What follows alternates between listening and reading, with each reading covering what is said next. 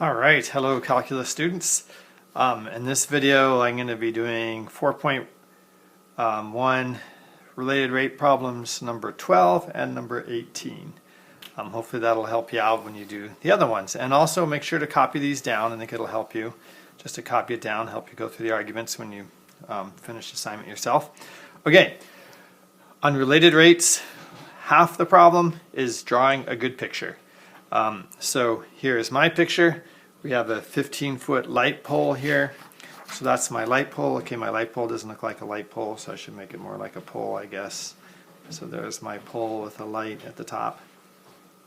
Okay, now it's a better picture. Okay, so there's a light pole, 15 feet, doesn't change obviously, it's just a light pole.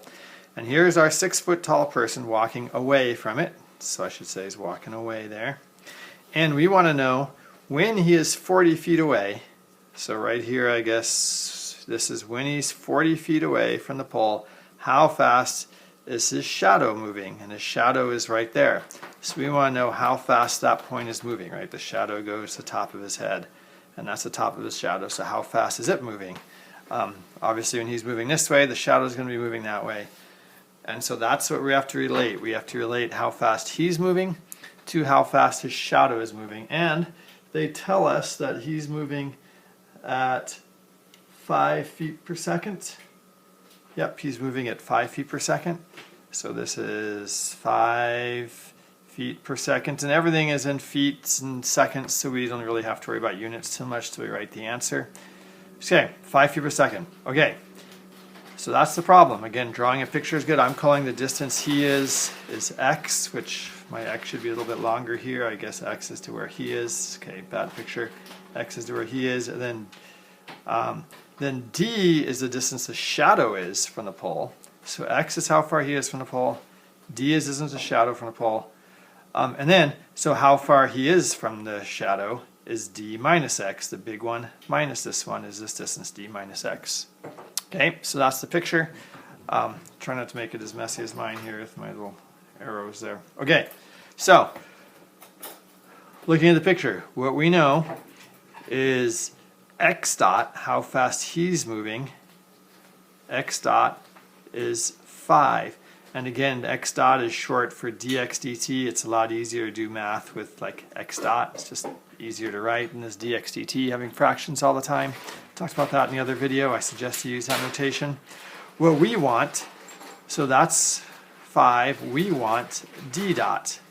We want to know how fast the shadow, d, the distance the shadow is moving. So we want d dot, we know x dot. Okay, now we have to use relation. We have to relate the rate at which he's moving to relate the shadow is moving. And so, like I talked about earlier, there's typically a lot of ways you can do that. You can use the Pythagorean theorem, like x squared plus y squared equals distance squared, which, you know, we have a triangle here. Maybe that's right. You can use similar triangles. Sometimes that's the way to do it. You can use formulas for area or volume. This is clearly not one of those, but sometimes you gotta know the volume of a cone, or the area of the surface of a cone or something, and you just look those up. You can use trigonometry, like sine, cosine, tangent. We don't have any angles here. They don't ask for theta or how fast the angle is changing, so it's not going to be one of these. These you only use if you know the angles.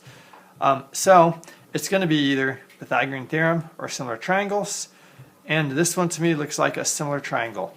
And our two triangles are the big one and then the little one going through him. So this little one here, those are the two triangles we relate. So using similar triangles, the big one and the smallest and the small one, we can say that, let's start with the big one, that this distance here, d, the big distance, is to this side, which is 15, and that doesn't change, right? It's how the pole is. As, now we look at the small triangle, d minus x, this side here, the small of a triangle, is the same as like d, this side. So d minus x is to the height of the small triangle, which is his height, which is 6. And now we related it.